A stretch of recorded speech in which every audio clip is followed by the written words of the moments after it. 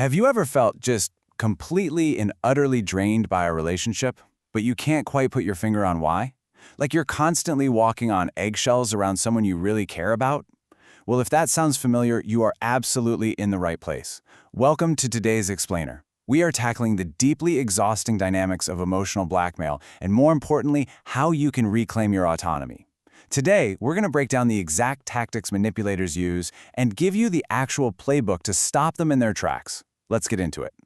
Okay, so let's dive right into this super relatable, incredibly disorienting feeling of being totally drained by someone close to you. You know, emotional blackmail isn't like some criminal demanding cash in a dark alley. It hits way closer to home than that. These people, they know exactly how much you value the relationship. They know your vulnerabilities, your secrets, your deep desire for their love or approval, and they use that intimate knowledge to extract basically one thing: your total compliance. There's a brilliant concept for this by expert Susan Forward. She calls it the F.O.G. It stands for fear, obligation, and guilt. And blackmailers literally pump this thick, blinding haze right into your relationship. You become terrified to cross them, you feel this crushing obligation to give them their way, and you experience terrible guilt if you don't. It completely obscures their toxic actions and honestly makes you doubt your own sanity. All right, so to clear that fog, we need to move to Section 1, Faces of Emotional Blackmail. We can't fight an invisible enemy, right? So let's put a face, or rather, 4 very specific faces, to these manipulation tactics. Now, what's really fascinating is how easily we can categorize these behaviors once we actually lay them out. Basically, there are 4 types. First, you've got your punishers. They are direct. Do what I want or I'll leave you. The anger is aimed right at you. Then you have self-punishers. They turn that threat inward, creating high drama about how they're going to suffer if you don't comply. Third are the sufferers. These are the guilt peddlers. They won't actually tell you what they want, but if they're miserable, you better believe it's entirely your fault for not reading their minds. And finally, tantalizers. They dangle this massive reward, love, money, a promotion, but there is always a complex web of strings attached, and you never quite reach the prize. I mean, when you hear a massive, terrifying threat like this, you are dealing with a classic self-punisher using ultimate fear to hold you hostage. Sure, it's an extreme example, but it perfectly highlights the core mechanic of this manipulation. They are essentially weaponizing your empathy and your conscience against you. They're telling you, I absolutely refuse to take responsibility for my life, and if you don't do it for me, the disaster is going to be on your hands. No pressure, right? Which brings us directly to Section 2, the guilt and victim trap. Let's look at how these manipulators constantly play the victim to evade responsibility. It's subtle, but it's an incredibly destructive form of control that can make you feel like you're literally losing your mind. When you really break it down, victim players don't actually want a solution. They just want power and attention. First off, they externalize all their pain and shift the blame entirely onto you. Second, they reject your actual care. Like a real victim uses compassion to uplift themselves and take action, right? But an actor just wants to keep complaining.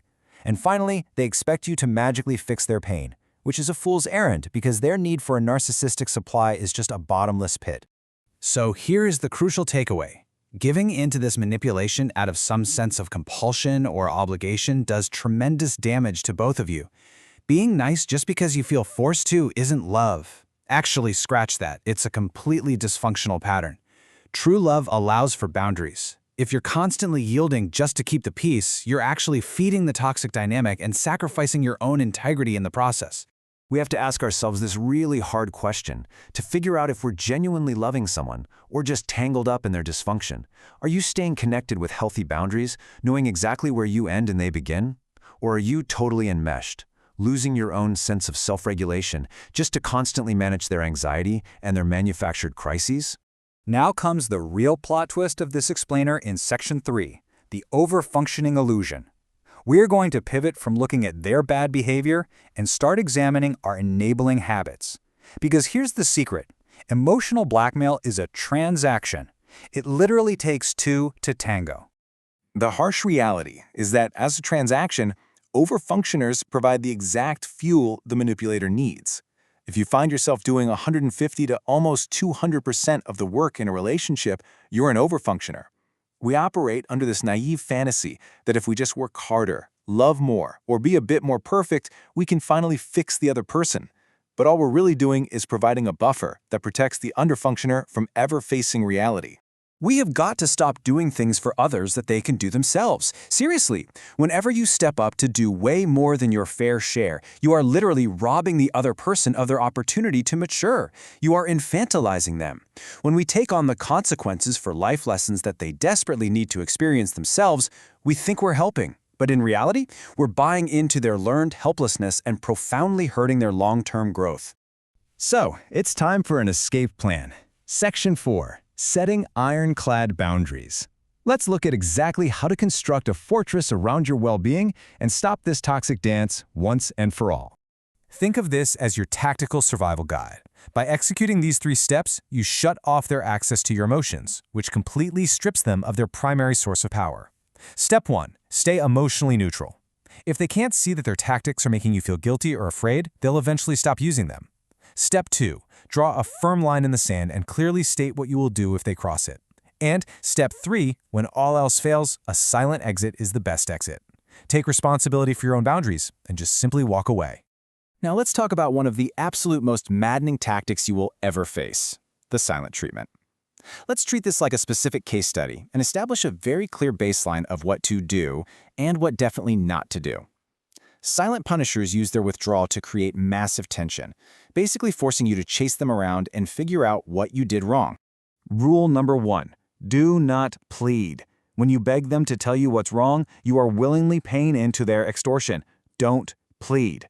Don't constantly ask them for a response, and whatever you do, don't willingly accept the blame just to get them into a better mood. If you take the blame just to keep the peace, you are letting them know that their silent extortion works perfectly. Instead of paying their toll, set your limits. Say something calmly reassuring like, "I know you're angry right now, and I'm totally willing to discuss this when you're ready." And then, and honestly this is the most important part, leave them alone. You have to accept that you might have to make the first rational move, but you absolutely do not have to accept the blame. Let them sit in it. Setting those boundaries perfectly leads us to the ultimate goal of this explainer in Section 5, letting others grow up. This is all about taking the bold step of growing up yourself, while finally allowing the people around you to do the same. The strategy here is you step down so that they can step up. And if they don't step up, well, it completely shatters the fantasy that you could ever change them by just working harder.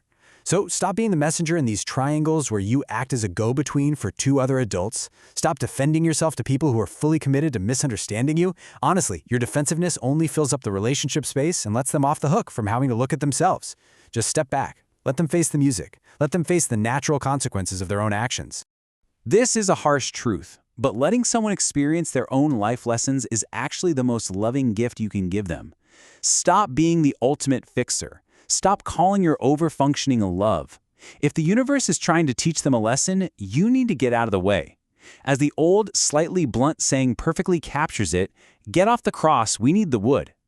As we wrap up this explainer today, I want to challenge your immediate future. You cannot control the manipulators, the punishers, or the perpetual victims in your world. You just can't. But you absolutely can stop participating in the transaction. You can clear the F.O.G. Thanks so much for joining me today. Now, I want you to look at the relationships in your life and ask yourself, who are you going to let grow up today?